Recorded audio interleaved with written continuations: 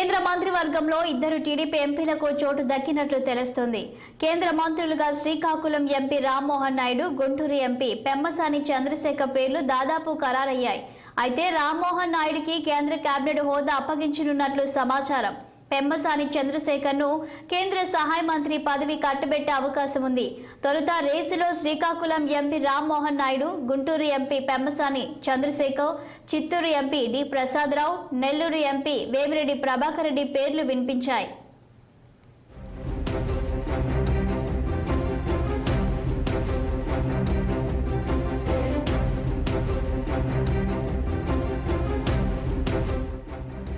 తండ్రి ఎర్రంనాయుడికి తగ్గ తనయుడు అనిపించుకున్నారు కింజరాపు రామ్మోహన్ నాయుడు. తొలుత రాజకీయాలు అంటే ఆసక్తి లేకపోయినా తండ్రి హఠన్ మరణంతో చిన్నతనంలోనే రాజకీయాల్లో అడుగుపెట్టారు.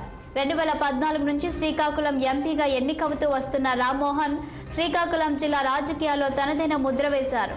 శ్రీకాకుళం ఎంపీగా 2024 సార్వత్రిక ఎన్నికల్లో భారీ విజయం సాధించారు.